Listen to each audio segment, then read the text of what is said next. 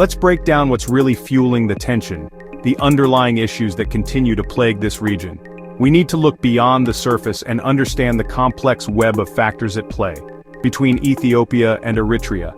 It's a relationship marked by periods of intense conflict and fleeting moments of peace. This isn't just about an old borderline, a simple disagreement over where one country ends and the other begins.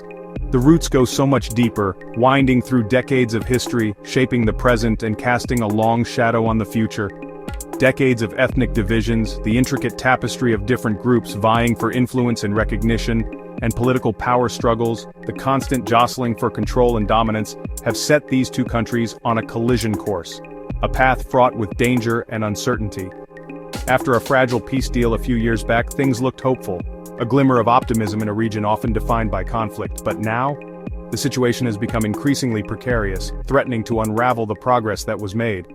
Accusations are flying from both sides, each side vehemently denying any wrongdoing and pointing the finger at the other, each blaming the other for supporting rebels, fueling instability and undermining the central governments, and violating agreements that were painstakingly negotiated and are now seemingly disregarded.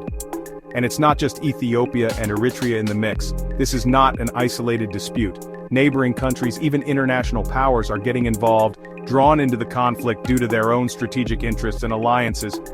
All this builds a web of alliances, creating a complex network of support and opposition and rivalries, further complicating the already delicate situation. Making the conflict even harder to resolve, a peaceful solution seems increasingly elusive.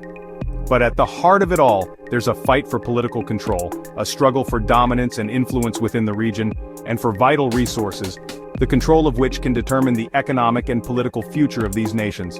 The fear of losing influence or territory, the anxiety of being marginalized or losing access to crucial resources, keeps tensions high.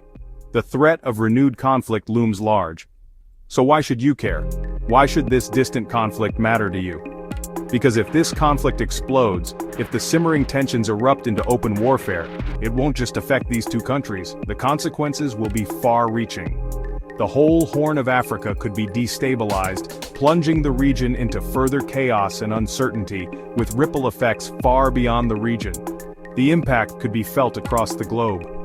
Understanding the deeper causes, delving into the historical context and the underlying factors, helps us see why peace is so fragile here, why the slightest spark could ignite a major conflagration, and why this crisis remains one of Africa's most dangerous flashpoints today. A situation that demands our attention and a concerted effort towards a lasting resolution.